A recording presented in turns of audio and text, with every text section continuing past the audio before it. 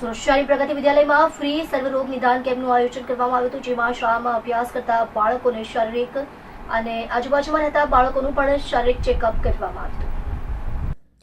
મુખ્ય મહેમાન તરીકે પૂર્વ વિધાનસભાના ધારાસભ્ય અરવિંદ રાણા હાજર રહી તેમના હસ્તે કેમ્પ ખુલ્લો મૂકવામાં આવ્યો હતો। રાંદેર રોડ સ્થિત શેલ્બી હોસ્પિટલના ડોક્ટરે આ કેમ્પમાં સહયોગ આપ્યો હતો। કોઈપણ બાળકમાં રોગ જણાય આવે ત્યારે તેની સારવાર શાળાનું મંડળ અને હોસ્પિટલ મફતમાં કરશે। મોટી સંખ્યામાં બાળકો આ કેમ્પમાં હાજર રહ્યા હતા।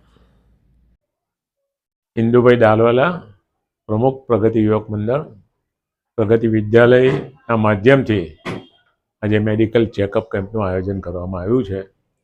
શેલ્બી હોસ્પિટલ એમાં સહયોગી સંસ્થા છે અને અમારા નાના બાળકો 10 વર્ષની ઉંમર સુધીના એનું આંખ, નાક, કાન, ગળા અને જનરલ ચેકઅપ થઈ રહ્યું છે। કેટલા બાળકોનું આમાં ચેકઅપ થશે અને કોણ કોણ ઉપસ્થિત મહાનુભાવોમાં રહેલું? આમાં લગભગ 150 થી 180 જેટલા બાળકોનું ચેકઅપ થશે। આ કાર્યક્રમનું જે શુભારંભ જે કરવામાં આવ્યો એ પૂર્વ વિધાનસભાના ધારાસભ્ય આદરણીય અરવિંદભાઈ રાણાના શુભ હસ્તે થયો, દીપ પ્રાગટ્ય કરીને, અને એમને ખૂબ પ્રેરણાદાયી પ્રવચન આપ્યું। એમને વાત કરી વિદ્યાર્થીના સર્વાંગી વિકાસની પણ એમને વાત કરી, એમને આપેલા સહયોગની અને આપવા ઈચ્છુક છે એવા સહયોગની પણ એમને વાત કરી। હું એમને આ તકે એમનો આભાર પણ માનું છું, બિરદાવું છું કે એમને તત્પરતા દર્શાવી છે કે આ શાળાને જે કંઈ વિદ્યાર્થીઓના લાભ માટે જરૂર હશે એમાં એ સહયોગ કરશે। આ સ્કૂલમાં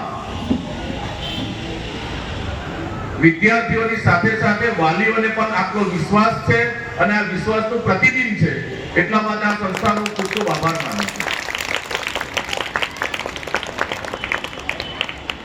આમ તો વર્ષો પહેલા આપણા સેન્ટ્રલ ઝોન એટલે આપણા સુરત શહેરનું એક કોટ વિસ્તાર ધરાવતો હતો। શિક્ષણ અને સંસ્કારની આ ભૂમિ હતી, પરંતુ ધીમે ધીમે શહેરનો વિકાસ થતો ગયો અને આ શહેરની શાળાઓ જે છે એ શાળાઓ પણ અલગ અલગ વિસ્તારમાં ખૂબ મોટા પ્રમાણમાં ચાલુ થઈ અને સેન્ટ્રલ ઝોનમાં હવે પરિસ્થિતિ એવી છે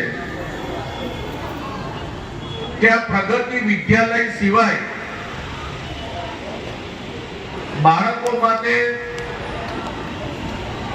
બાળકોના વાલીઓને પણ આ શાળા પ્રત્યે મમત્વ જાગે એવી વ્યવસ્થા આ સંસ્થાના હોદ્દેદારો કરી રહ્યા છે, તે ખૂબ અભિનંદનને પાત્ર છે।